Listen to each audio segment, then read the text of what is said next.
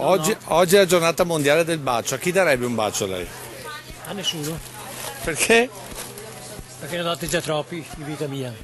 Non si parte molto bene per la giornata mondiale dei baci, una pratica che a onor del vero non piace a tutti, non è piacevole e talvolta può anche recare fastidio. In Cina il bacio è considerato poco igienico, in Giappone non si usa baciarsi in pubblico.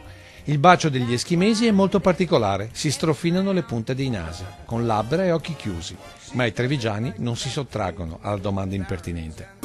A tutti darei un bacio, a tutti. Ciao ragazzi, ciao, stammi bene. Vuoi che do a me Maria? Sì. Ciao.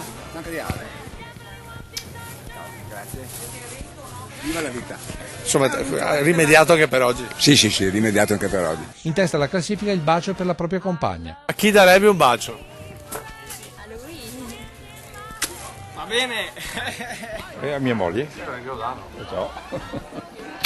Ma mia moglie, solo mia moglie. No, glielo dà. Certo, vieni qua amore. Mua. Una pratica che piace anche agli stranieri che respirano l'aria gioiosa e tamorosa della Marca. Ok. A sua moglie. Ma la mamma è sempre la mamma. Alla mamma. Anche alla mamma. Allora glielo diamo? Baci proprio per tutti, quelli che si amano.